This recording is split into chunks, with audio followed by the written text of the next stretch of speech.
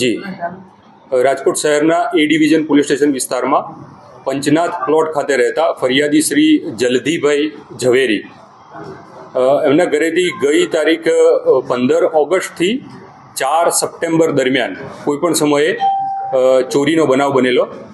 ફરિયાદીશ્રીને 4 તારીખે આવી ચોરી થઈ છે એવી જાણ થયેલી અને પરિવારજનોને બધાને ભેગા કરીને પૂછેલું કેટલી રકમની શું થાય છે.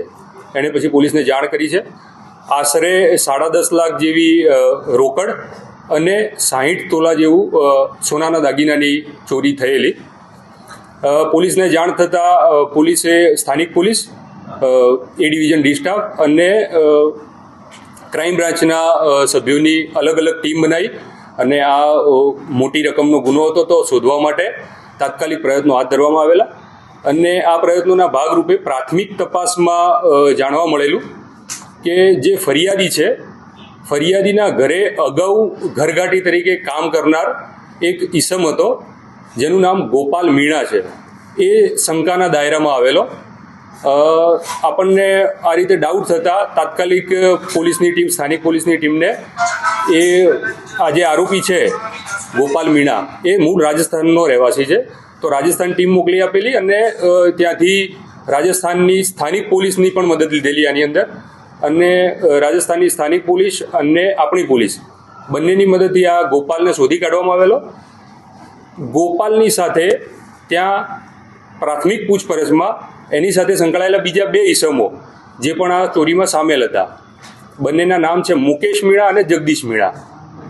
એ બેને પણ પોલીસની ટીમે ત્યાંથી હસ્તગત કરેલા અને એ બંને પાસે ટોટલ 3 જણ પાસેથી આશરે 9,90,000 જેટલી રોકડ અને 74 તોલા જેટલું સોનાના દાગીના રિકવર કરેલા છે. અત્યાર સુધી તપાસમાં આ વસ્તુ શોધી નથી. હજુ આપણે એને રિમાન્ડને આ તે લઈશું ત્યારે જાણવાની પ્રયત્ન કરીશું કે અને કોઈ ગુનામાં સંકળાયેલા છે કે કેમ. હાજી, આમાં મોડસ ઓપરેન્ડી કરતાં કેવું છે કે આ જે ગોપાલ મીણા જે કીધું એ ફરિયાદીના ઘરે આજથી 4 માસ પહેલાં સુધી ઘરઘાટી તરીકે કામ કરતો હતો અને લાંબા સમય સુધી એને 3.5-4 વર્ષ સુધી આ ફરિયાદીના ઘરે એણે કામ કરેલું છે. એટલે ફરિયાદીના ઘરના સ્ટ્રક્ચરથી એ પૂરી રીતે વાકેફ હતો, કયા કયા રૂમ ક્યાં છે, ઘરના સભ્યોથી તમામથી વાકેફ હતો, ઘરના સભ્યોના નિત્યક્રમ અને ટાઈમ ટેબલથી એ વાકેફ હતો. એટલે આ આરોપીએ બનાવના દિવસે કેવી રીતે કરેલું કે જે ફરિયાદી છે, ફરિયાદીના દાદાના રૂમમાં કબાટ છે, એની અંદર આ રોકડ રકમ અને દાગીના રેગ્યુલરલી એ લોકો રાખતા.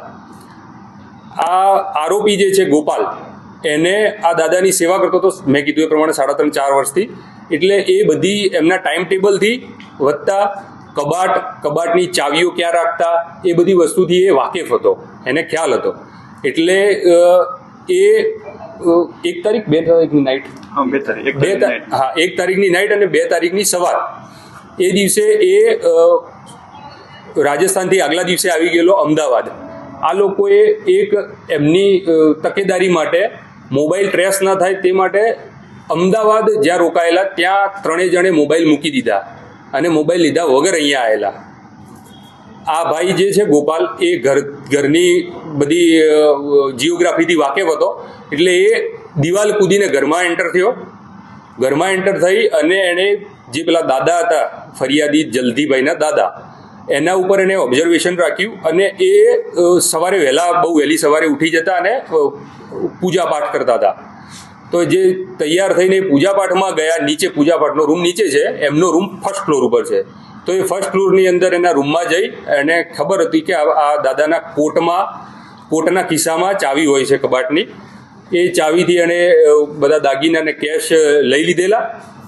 એક ચાવી 2 ડ્રોવર પૈકીની એક ચાવી એને પોતાની સાથે રાખેલી, એક ચાવી ત્યાં મૂકી અને એ ત્યાંથી એની સાથે જે બીજો ભાગીદાર હતો આરોપી, સહ આરોપી, એને આ મકાનની બારીમાંથી જ એણે પોટલું બનાવી અને દાગીના અને કેશનું પોટલું બનાવીને ફેંકી દીધેલું બારીમાંથી જ.